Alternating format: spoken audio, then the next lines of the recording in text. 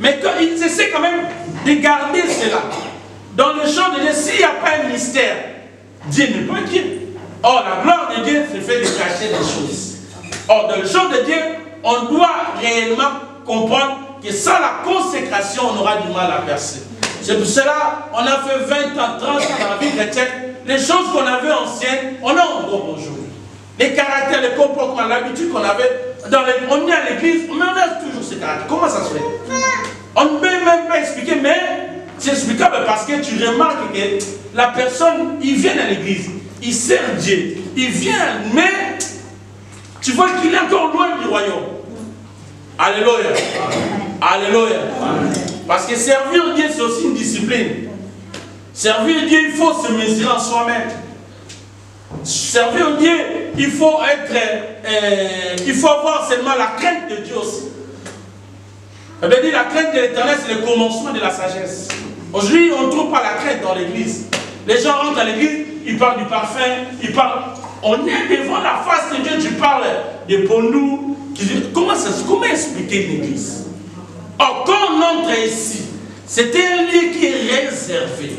Les âmes sont au contrôle. Il y a un grand mystère qui se passe. Et dans ce mystère-là, si tu n'es pas sensible, tu ne vas pas connaître.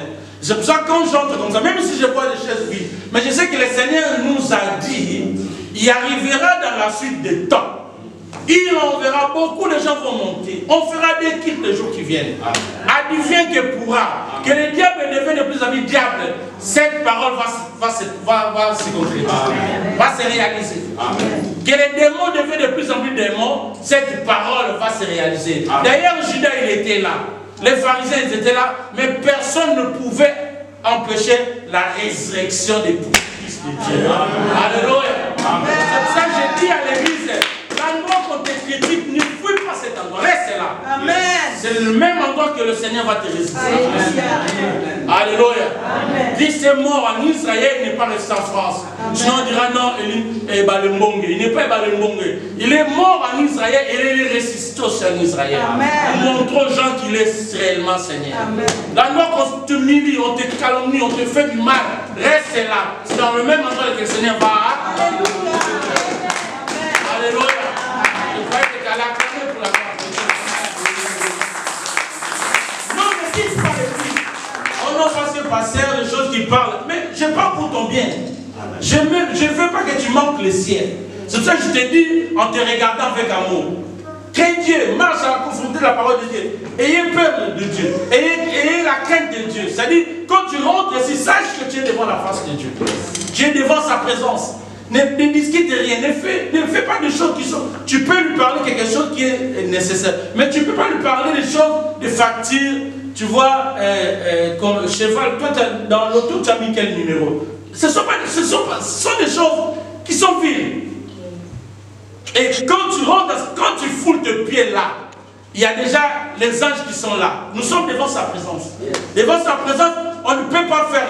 C'est pour ça que ça me fait du mal que devant sa présence, les gens viennent. Ça, c'est le miroir de l'église.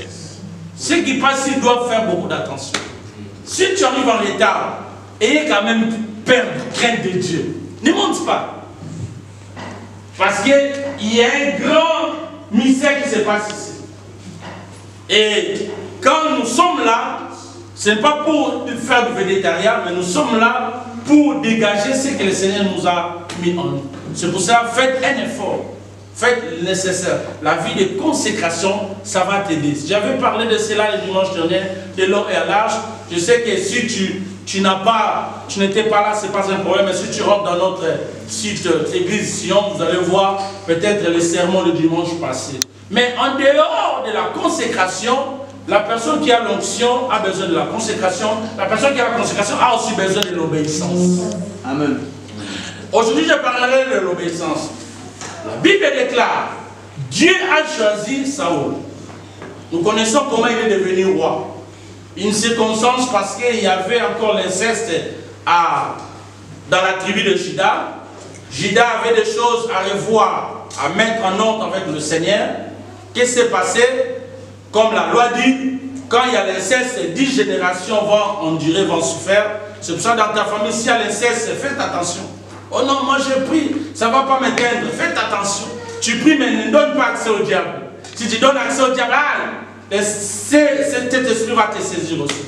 La loi dit, quand il y a l'inceste, 10 générations vont endurer, pasteur. Or, le patriarche avait dit, la royauté va descendre, va rester seulement à Juda. Et cette parole s'est manifestée quand Juda commençait, le roi sortait, mais quand il y a eu l'inceste, tout a été bafoué. Et à un moment donné, Isaïe a demandé au roi, alors Dieu a donné Saoul. Saoul, pour travailler pour Dieu, Dieu lui a donné l'onction. Nous avons lu cela dans 1 Samuel chapitre 10. Il avait besoin de l'onction pour bien travailler. Il avait besoin de la consécration pour bien servir Dieu.